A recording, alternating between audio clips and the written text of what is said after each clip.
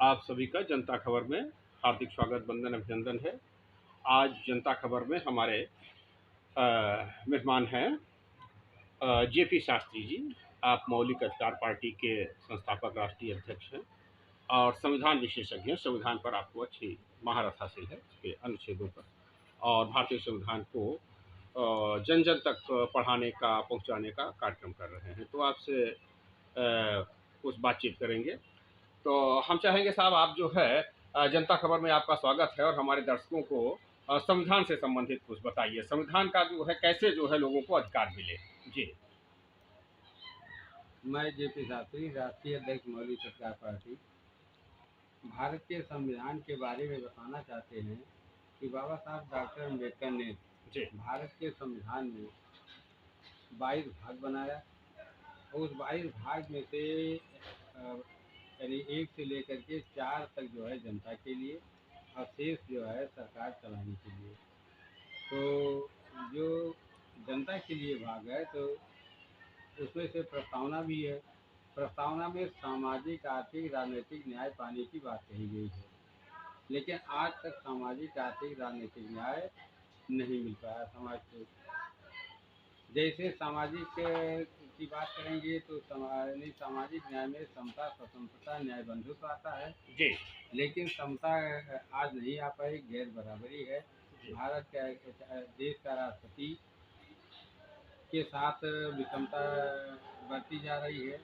देश के यानी प्रदेश के मुख्यमंत्रियों के साथ विषमता बढ़ती जा रही है, और तमाम अधिकारी भी इस दायरे में आ रहे हैं जो समता का व्यवहार उनके साथ नहीं हो पा रहा है। रही बात आर्थिक की बात करें, अभी आज क्या कहते हैं, देश की 80 करोड़ जनता 5 किलो राशन के लिए मैराथन दौड़ में शामिल है। फिर अगर हम राजनीतिक बात करेंगे, तो राजनीतिक बात के उत्तर प्रदेश में 40.5% अति पिछड़ा वर्ग है, जी। जिसे क्या कहते हैं कि उत्तर प्रदेश में की जो विधानसभा है जी। उसमें स्थान नहीं मिल पाया है। कहने के नाम पर यानी अपवाद को छोड़ दीजिए तो कोई एमपी एमएलए नहीं बन पाया, बल्कि उसे बनाया जाता है, एमएलसी के रूप में मनोनीत कर दिया जाता है। ये तो प्रस्तावना की बात हो गई। भारत के संविधान में के भाग 3 और 4 पर हम बात करेंगे, तो भारत के संविधान में जो भाग 3 है, जिसे मौलिक अधिकार के नाम से जाना जाता है, उन मौलिक अधिकारों के बारे में आज तक इसलिए वो पूर्ण रूप से नहीं लागू हो पाए क्योंकि मौलिक अधिकार लागू करने के लिए सरकार और न्यायालय दोनों की सहमति की जरूरत पड़ती है। बाबा साहब ने इस बात की उनको आशंका थी कि हमारे लोग यानी पिछले लोग कम पढ़े लिखे हैं, ये न्यायालय में नहीं पहुंच पाएंगे। इसलिए बाबा साहब डॉक्टर अम्बेडकर ने भाग 4 को बनाया, और भाग 4 केवल सरकार के पक्ष में रखा, जिस पर जनता यानी अदालत को हस्तक्षेप करने का अधिकार नहीं दिया गया है।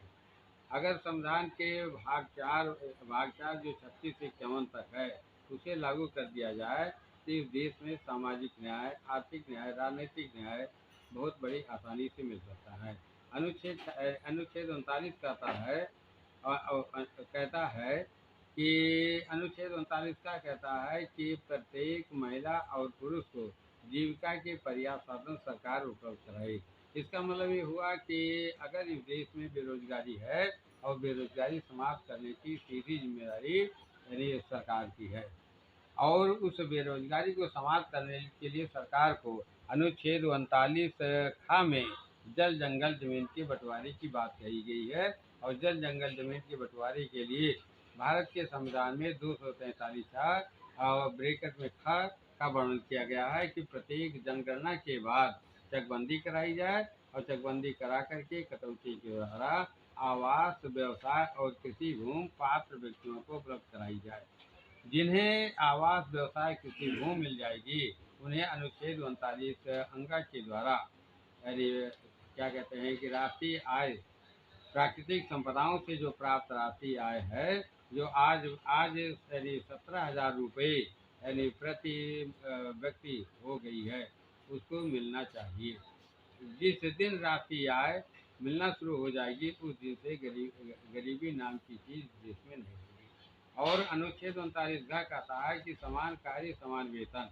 जहाँ कार्य समान होगा वहाँ वेतन यानी समान रूप से लागू किया जाएगा। जी। और जब वेतन लागू किया जाएगा तो उसके साथ यानी पेंशन भी लागू होगी। लेकिन आज सरकार पुरानी पेंशन के मामले में गंभीर नहीं है, वो हुँ। नहीं देना चाहती है। देश के अध्यापक, देश के कर्मचारी जंतर मंतर तक पहुंच करके धरना प्रदर्शन कर रहे हैं। इस पर सरकार को गंभीर होना चाहिए। 39 अंगा कहता है कि जो सुकुमार हैं, ऐसे सुकुमार कहने का मतलब है 14 वर्ष तक के जो बच्चे हैं उनका संरक्षण पूर्ण रूप से सरकार करे। इतना ही नहीं, जो क्या कहते हैं कि 60 वर्ष से ऊपर के बुजुर्ग हैं उनके भी संरक्षण की जिम्मेदारी सरकार की है। ऐसी स्थिति में जो भारत का संविधान है जी। वो हो क्या कहते हैं राज्य के नीति निर्देशों के अनुसार पूर्ण रूप से सरकार पर लागू होता है। अनुच्छेद 45 कहता है कि 6 से 14 वर्ष तक के बच्चों को अनिवार्य और मुफ्त शिक्षा दी जाए। लेकिन 2000 में ये बात बदल दी गई। सरकार ने कहा है कि हम अनिवार्य मुफ्त शिक्षा नहीं दे पाएंगे, बल्कि हम शून्य से लेकर के 6 वर्ष तक के बच्चों का लालन पालन करेंगे। अब सवाल इस बात का है कि बच्चों के लालन पालन की जिम्मेदारी माता पिता की होती है और 6 से 14 वर्ष तक के बच्चों के पढ़ाने की जिम्मेदारी सरकार पर लगाई गई। सरकार अपनी जिम्मेदारी से भाग खड़ी हुई है। इस तरीके से अनुच्छेद 50 कहता है कि कार्यपालिका और न्यायपालिका पर यानी अलग किया जाए। लेकिन आज तक जिला मजिस्ट्रेट और जिलाधिकारी और जिला कलेक्टर के पद जो है ये तीनों पद यानी तीनों कार्य जो है एक व्यक्ति में समाहित है। इसी कारण से न्याय, निरीक्षण और वसूली का काम बाधित हो रहा है। तो इस तरीके से भारत के संविधान का जो अनुच्छेद भाग 4 है जिस पर क्या कहते हैं सरकार की जिम्मेदारी बनती है। अगर अनुच्छेद 36 से 51 पूरी तरीके से लागू कर दिया जाए तो देश की सामाजिक, राजनीतिक और आर्थिक दशा बहुत अच्छी बन जाएगी। लेकिन सरकार इस पर आज तक गंभीर नहीं है। मैं जेपी शास्त्री आम जनता से अपील करता हूँ कि सरकार को इस बातों को लागू करना चाहिए। तो अब आपने तो बहुत अच्छी-अच्छी बातें बताई कि संविधान में है, सरकार को करना चाहिए। लेकिन मैं समझता हूँ कि सरकार को इसलिए नहीं करती है कि सरकार को लगता है कि भाई ये सब काम किए बिना ही काम चल रहा है तो क्यों किया जाए? क्योंकि सरकारों को वोट तो जातियों से मिलता है और जो संसद में लोग पहुँचते हैं, अभी ताज़ा उदाहरण है कि संसद में राज्यसभा के अंदर भरे सदन में एक तो लोकसभा का प्रकरण आया, जिसमें एक सांसद ने कहा एक सांसद को कि कटुआ जैसे शब्द आतंकवादी है, मुल्ला है, इस प्रकार के शब्द आए। तो मुल्ला जी तो खैर मुल्ला जी हम लोग गाँव घर में मुल्ला जी कहते हैं, मुल्ला कोई विशेष शब्द नहीं। लेकिन कटुआ शब्द को लेकर के आपत्ति हुई और आतंकवादी कह दिया गया। तो कहा गया भाई वो पार्टी बहुत खतरनाक पार्टी है, खराब पार्टी है। और ये भारतीय जनता पार्टी के सांसद ने कहा, रमेश बिधूड़ी ने, और ये दानिश अली जो उत्तर प्रदेश से लोकसभा से हैं, अमरोहा से सांसद हैं, उनके बारे में कहा उन्होंने। तो लोगों ने बड़ी आलोचना किया। अब लेकिन इसके बाद दूसरे सांसद मनोज झा ने संसद के भीतर कहा ठाकुर को मारो। तो रमेश बिधूड़ी ये राजस्थान के एक पिछड़े जिले से आते हुए हैं, और जबकि ये मनोज झा दिल्ली जैसे प्रतिष्ठित जगह के विश्वविद्यालय के प्रोफेसर हैं, तो एक प्रोफेसर, ब्राह्मण प्रोफेसर, कह रहा है भरे सदन में कि ठाकुर को मारो। तो हम लोग तो, और फिर उसका उन्होंने कहा कि हमारे अंदर ठाकुर बैठा है, ठाकुर के माने एक सामंतवादी सोच, शोषणवादी सोच। तो हम आपसे समझेंगे कि क्या ठाकुरवाद शोषण है और ब्राह्मणवाद क्या है, यादववाद क्या है, पटेलवाद क्या है? इस पर आप कुछ बोलिए, बताइएगा। बात का जहाँ तक सवाल है कि जी। अगर भारत के संविधान का अनुच्छेद 51 लागू किया गया होता तो 51 में कहा जाता है इस देश में मानववाद लाया जाएगा, वैज्ञानिक दृष्टिकोण अपनाया जाएगा। तो जो कि 51 के बारे में न बताएगा, न मानववाद लाएगा, न वैज्ञानिक दृष्टिकोण अपनाएगा। जी। यहाँ पर जातिवाद के आधार पर सारे क्रियाकलाप कर रहे हैं। इसलिए जाति क्या कहते हैं कि बहुत है। लेकिन आज जाति के नाम पर सवाल कर रहे हैं। अभी अभी आप देखिए कि हमारे प्रधानमंत्री जी कहते हैं कि हम अमीरी और गरीबी के आधार पर बंटवारा करेंगे। लेकिन भारत का जो संविधान है जी। उसने समाज को 3 भागों बांटा है। एक अगड़ा वर्ग है, दूसरा पिछड़ा वर्ग है और तीसरा धार्मिक अल्पसंख्यक वर्ग है। पिछड़े वर्ग में तीन लोग आते हैं, एक तो एससी आते हैं, दूसरे एसटी आते हैं और जो पिछड़े अल्पसंख्यक हैं वो भी पिछड़े वर्ग में आते हैं। जी तो सवाल इस बात का है, जहाँ वर्गीकरण यानी समाज का वर्गीकरण जी जो डॉक्टर अम्बेडकर ने किया है, अगड़ा वर्ग, पिछड़ा वर्ग और क्या कहते हैं धार्मिक अल्पसंख्यक वर्ग के रूप में। लेकिन हमारे माननीय प्रधानमंत्री जी कहते हैं कि यानी यहाँ पर जो हिंदू और मुसलमान के रूप में बंटवारा करते हैं, तो भारत के संविधान में हिंदू और मुसलमान के रूप में बंटवारा नहीं है। जी भारत का संविधान बंटवारे की बात जो करता है वो अगड़ा वर्ग, पिछड़ा वर्ग और धार्मिक अल्पसंख्यक वर्ग के रूप में करता है। तो सवाल इस बात का है, संविधान में जो कुछ लिखा गया है उस संविधान के अनुसार बात करने के लिए हमारे पत्रकार बंधु भी नहीं तैयार हैं, हमारी जो प्रस्थापित सरकार इस समय है वो भी नहीं तैयार है। तो सीधी साहब मौलिक अधिकार पार्टी ये चाहती है, मैं जेपी शास्त्री राष्ट्रीय अध्यक्ष मौलिक अधिकार पार्टी चाहते हैं कि भारत के संविधान का जो वर्गीकरण है वो अगड़े वर्ग के रूप में, पिछड़े वर्ग के रूप में और धार्मिक अल्पसंख्यक वर्ग के रूप में है, जिसे पूर्णतया लागू किया जाए, हिंदू मुसलमान के रूप में इसको न देखा जाए। हाँ, लेकिन इस पर अभी बिहार सरकार ने एक जाति गणना लागू किया, जाति की गणना बताई। कल 2 अक्टूबर को गांधी जयंती के अवसर पर, शास्त्री जयंती के अवसर पर उसने गणना बताई। तो उसने खास बात ये 17 बिंदुओं पर उनके कोई एक जो उन्होंने जाति सर्वे कराया, कास्ट सर्वे हुआ, तो 17 बिंदुओं पर कास्ट सर्वे हुआ। उस 17 बिंदुओं में से केवल एक बिंदु जाति को उन्होंने जो है सार्वजनिक किया और उस पर खर्चा भी लगभग 500 करोड़ रुपया आया। तो उसमें खास बात यह है कि जो 17 बिंदुओं में केवल एक जाति की गणना उन्होंने बताया कि इन जातियों की संख्या ये है, लेकिन उसको पूरी तरीके से अभी सार्वजनिक नहीं किया है कि अगर किसी गांव, एक भी गांव, पूरे बिहार में एक भी गांव का व्यक्ति अगर चाहता है कि हमारे गांव में जो सर्वे किया गया है जातियों का उसकी कितनी संख्या है, तो वो राज्य सरकार नहीं बता रही, वो बाद में बताया जाएगा ऐसा कह करके। और जो 16 बिंदु हैं उनको भी बाद में किया जाएगा कि उनकी क्या क्या स्थिति है, क्या क्या दशा है।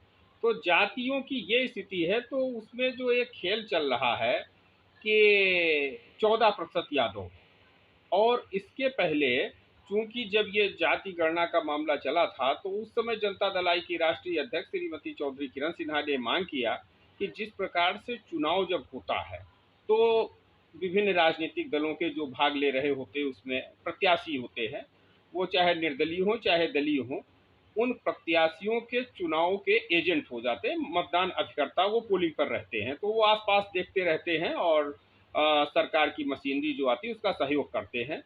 तो उस पे मतदान में जो गड़बड़ी होने वाली होती है उस पर रोक लगती है, मतदान पे गड़बड़ी नहीं लगती है।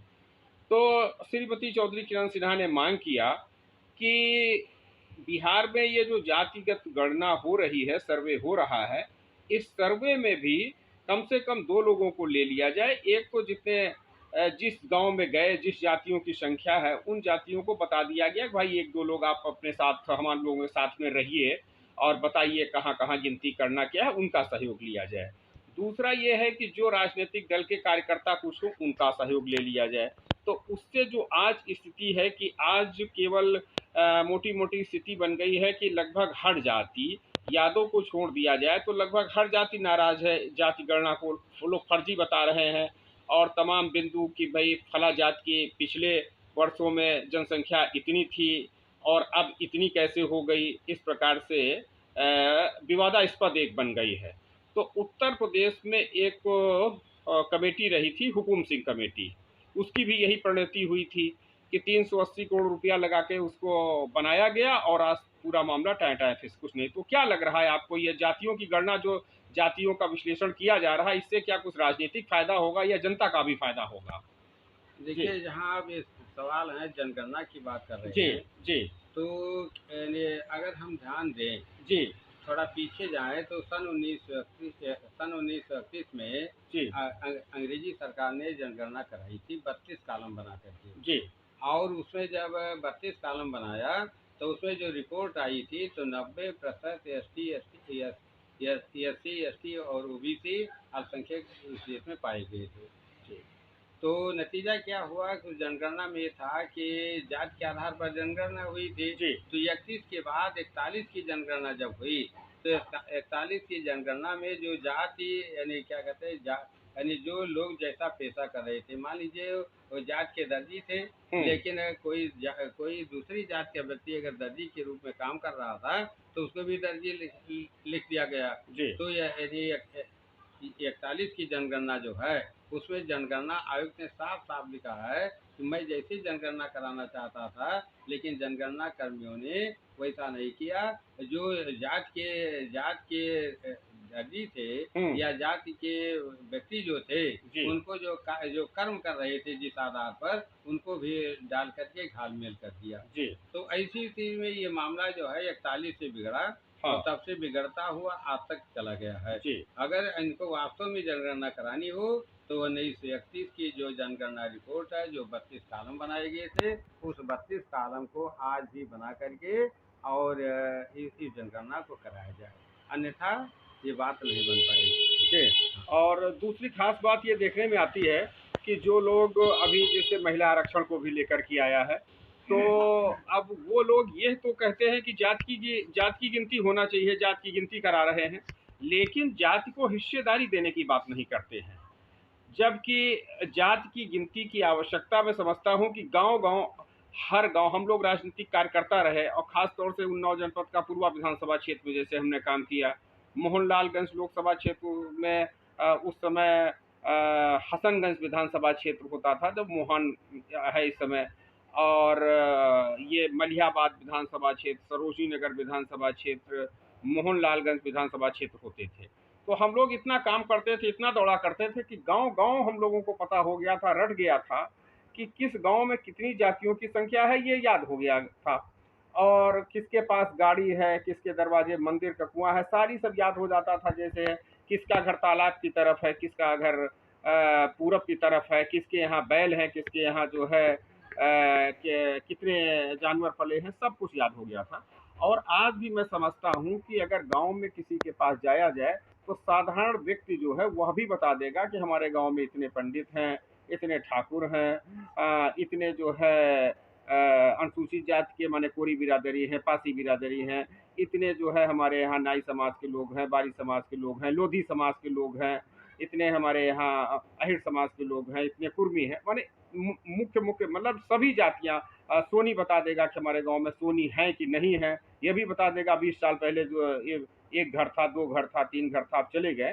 तो ये जो सामाजिक संरचना है उसमें हर व्यक्ति को पता है, एक बात। दूसरी बात ये है कि जैसे आर्थिक भी देखा जाए, तो पूछा जाए कि भाई इस पूरे क्षेत्र में गांव में जो है कौन कौन जाति के ठेकेदार हैं। जैसे ब्लॉक मुख्यालय पे पहुंच जाया जाए कि ब्लॉक भर में कौन कौन जाति के लोग ठेकेदार हैं, तो लोग बता देंगे कि हाँ साहब पंडित जी हैं, ठाकुर साहब हैं, यादव जी हैं, पटेल जी हैं। पूछा जाए कि जो है कितने जो है नाऊ हैं, कितने बारी हैं, कितने कहार हैं, कितने तेली हैं, तमोली हैं, माली हैं, कितने जो है दर्जी हैं, भुर्जी हैं, तो लोगों को जो है तो सोचना पड़ जाएगा कि भाई एक भी नहीं है, पूरा का पूरा ब्लॉक, पूरा का पूरा तहसील है जहाँ पर तमाम ऐसी जातियाँ हैं जिनका एक भी ठेकेदार नहीं, पूरे जिले में एक ठेकेदार नहीं है। और पूछा जाए फिर कि कितने लोग हैं, भैया फॉर्चूनर से चलते हैं, तो लोग बता देंगे कि भाई फलाने फलाने हैं भाई, हाँ भाई पंडित जी की फार्चूनर है, पंडित जी फार्चूनर से चलते हैं, ठाकुर साहब फार्चूनर से चलते हैं, यादव जी फार्चूनर से चलते हैं, पटेल जी फार्चूनर से चलते हैं। तमाम ऐसी जातियां हैं जिनकी जातियों का पूरे विधानसभा क्षेत्र में एक भी फार्चूनर नहीं है। और ऐसी स्थिति नहीं, केवल विधानसभा जिले में एक भी फार्चूनर नहीं है, तमाम ऐसी जातियां हैं। तो इस पर आपका क्या सोचना है कि जाति की गणना की मांग करते हैं, जाति गणना कराते हैं, लेकिन जातियों को हिस्सेदारी देने की बात क्यों नहीं करते हैं? जी तो जहाँ तक आपने जात के जनगणना की बात की है, जी तो अगर मोटा मोटा देखा जाए, जैसे अभी जातियों की जो रिपोर्ट आती है, जी तो मैं ये सबसे पहले एक कहना चाहता हूँ हाँ कि भारत की जो सामाजिक संरचना है, हाँ तो हाँ हाँ सामाजिक संरचना में नाई और ब्राह्मण का जी एक यानी एक रिश्ता है, जी जी और रिश्ते में करीब करीब नाई और ब्राह्मण जनसंख्या में बराबर हैं। जी लेकिन अभी जनगणना रिपोर्ट निकाली जाए, जैसे बिहार में जनगणना हुई तो जी बता रहे हैं कि वो उनकी आबादी से बहुत कम दिखाया जा रहा है। जी हाँ। लेकिन अब बिहार की जनगणना में सारे केवल यादव को छोड़ करके हाँ, यहाँ तक कि मुस्लिम भी लोग विरोध कर रहे हैं, हर जाति का व्यक्ति विरोध कर रहा है कि जनसंख्या में विसंगति है। ये पूरी तरीके से एक जातिगत घोटाला साबित हो रहा है, मतलब लोग उसको फर्जी बता रहे हैं, मानने के लिए तैयार नहीं, और बिहार सरकार उसको सार्वजनिक नहीं कर रही गांव गांव के साथ। तो देखो भाई, ये गांव है, इस जात में तुम्हारी, हमारे लेखपाल ने, हमारे कानूनगो ने, हमारे सरकारी कर्मचारी ने ये रिपोर्ट लगाई है कि इतने तुम हो, इतने ब्राह्मण हो, इतने ठाकुर हो, इतने यादव हो, इतने पटेल हो, इतने नाई हो, इतने कहार हो, इतने बारी हो। इस प्रकार से कुछ नहीं बता रहे हैं जी।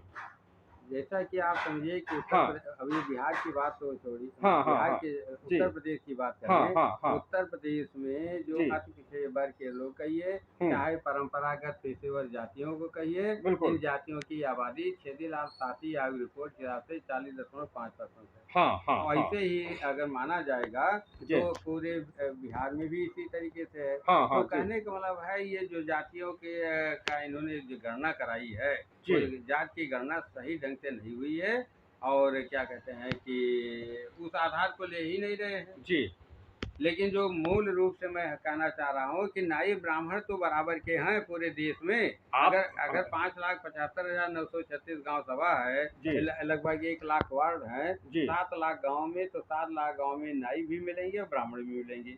नतीजा हुआ कि ये दोनों बराबर के होने चाहिए। जी लेकिन अगर नाई और ब्राह्मण की जनसंख्या में 19-20 का अंतर हो तो मान लिया जाए, लेकिन उसको क्या कहते हैं कि बहुत बड़ा अंतर करके जी दिखा दिया जाए, तो ये माना जाएगा जनगणना सही ढंग से नहीं कराई जा रही है। जी इसी तरीके से परंपरागत पेशेवर और जातियां हैं, विश्वकर्मा समाज है, तो विश्वकर्मा समाज भी माने रखता है, क्योंकि इनका भी परंपरागत पेशेवर जातियों में स्थान है। बढ़ई का स्थान है, जी लोहार का स्थान है, हाँ, यानी सब लोगों का स्थान है। लोहार बढ़ई कुम्हार जी, हाँ, बिल्कुल इनका बिल्कुल स्थान है जी सामाजिक में, कि जी चूंकि ये कोई यानी वो लेकर के जाते हैं हाँ जो हाँ हाँ संस्कारों में, जी इनका भी स्थान है। जी तो इस तरीके से ये जनगणना जो आनन फानन में कराई जा रही है, जी आनन फानन में जनगणना नहीं हो सकती है। इसके लिए किसी कमीशन की ज़रूरत है, और कमीशन के लिए पूरी तरीके से मानक निर्धारित किए जाएँ, इस मानक के आधार पर जनगणना कराई जाए। रही बात यानी मंडल कमीशन रिपोर्ट, मंडल आयोग की जो यदि रिपोर्ट है, तो उस मंडल आयोग की रिपोर्ट के आधार पर वर्तमान में जो हिस्सा मिलना चाहिए, वो हिस्सा ओबीसी को दे दिया जाए, एससी को दे दिया जाए, एसटी को दे दिया जाए। अब हाँ, दो दो बातें आपकी हैं, हाँ, मैं दो बातें आपकी समझना चाहूँगा। हाँ, नंबर एक, जो बात आपने कही कि जनसंख्या की गणना कराई जाए, हमारी चिंता ये है कि गणना तो लोगों को हर गांव-गांव पता है कितनी, हर कोई ऐसा गांव नहीं होगा जहां किसी भी आदमी से जो है पूछ लिया जाए कि भैया तुम्हारे गांव में कौन-कौन बिरादरी है, हर आदमी बता देगा हमारे गांव-गांव में ये बिरादरी है। तो ये तो जनगणना तो हमें लगता है 2-3 दिन में हो जाएगा। सरकार जो है अपना भाई सारे जिलाधिकारियों को निर्देश करे, जिलाधिकारी कैंप लगा दे, अपना बैठ जाए, तहसीलदार को बोले भाई पूरा देखिए अपने यहाँ, और सारे लेखपालों को आदेश हो जाए कि भाई लेखपाल है, प्राइमरी अध्यापक जो भी है वहाँ के कर्मचारी, कि भाई तुम्हारे गांव में कितनी जनसंख्या, कौन कौन बिरादरी है।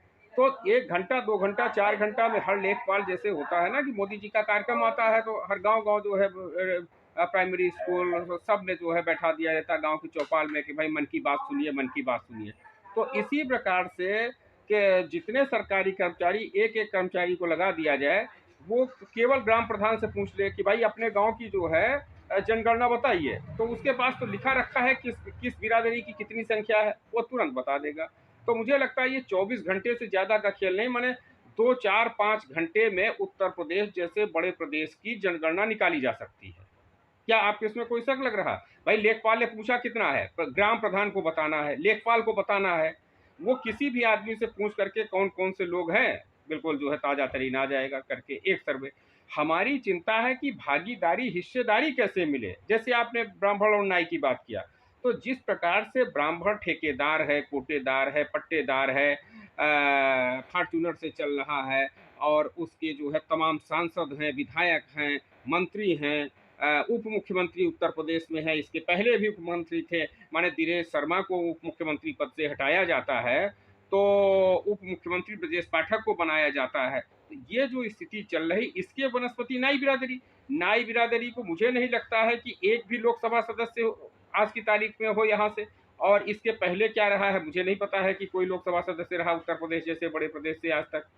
दूसरा, नाई बिरादरी के उत्तर प्रदेश में कितने लोग कैबिनेट मंत्री बन पाए, जबकि ब्राह्मण तो हर बार 2 4 5 6 10 बन जाते हैं, ठाकुर बन जाते हैं। पिछली बार मुलायम सिंह के मंत्रिमंडल में, अखिलेश यादव के मंत्रिमंडल में 10 ठाकुर मंत्री बने हुए थे। तो ब्राह्मण ठाकुर मंत्री जिस अनुपात में है, यादव पटेल जिस अनुपात में विधायक है, सांसद है, मंत्री है, तो उस तरीके से जो अन्य जो आपने बताया 40% जो है, तो जो 40% जातियां अति पिछड़ी जातियां हैं, उनका तो ढूंढे एक विधायक नहीं मिल रहा है, एक सांसद नहीं मिल रहा, एक मंत्री नहीं मिल रहा। पूरे उत्तर प्रदेश 75 जिले हैं, एक जिलाधिकारी ढूंढने लगी है तो इन अति पिछड़ी जातियों का नहीं मिलेगा। तो हमारी जो चाहत है कि वो उनको हिस्सेदारी भी उसी अनुपात में दी जाए, एक बात। दूसरी बात, मंडल कमीशन में जो एल.आर. नायक की रिपोर्ट है, एल.आर. नायक ने कह दिया कि मंडल कमीशन में, और उन्होंने कहा कि बड़ी मछलियां छोटी मछलियों के साथ नहीं रह सकती। अगर बड़ी मछली छोटी मछली को एक साथ रखा जाएगा तो बड़ी मछलियां छोटी मछली को खा जाएंगी। तो जो खेतीहर भाई, पिछड़ी जातियों में 2 प्रकार की जाति, एल.आर. नायक जी ने कहा कि एक तरफ वो जो है जमींदार जातियां हैं, खेतीहर जातियां हैं, जिनके पास जो है मजबूत जो है खेती पाती रही है, और दूसरी तरफ वो जो है जातियां हैं जो कि जो है प्रजावट सिस्टम से रही, या जो है जिनके पास जो है कम जो है वो लागू रहा, तो वो लोग हैं।